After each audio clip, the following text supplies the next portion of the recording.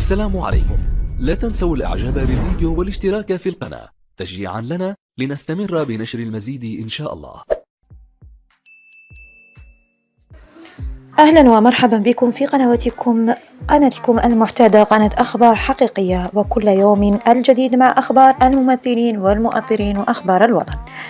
اليوم مع المؤثرة ريبيكا وجديد الأخبار مع ريبيكا. انهارت ريبيكا بالبكاء عبر منصات التواصل الاجتماعي، حيث قالت بأنها مريضة ولم تتصنع المرض، وقالت أيضا أنها لم تقم بعملية تجميلية هذه الأيام، بل إنها قامت بعملية لاستئصال الثدي لأنها كانت تعاني من سرطان الثدي. ووجهت ريبيكا رسالة للشعب الذي يتابعها قائلة: توقفوا عن صنع البوز بمرضي. وقالت بأنها يمكن أن تكشف جسدها وتريهم الدليل بأنها قامت باستئصال ثديها. اللهم اشفها يا رب.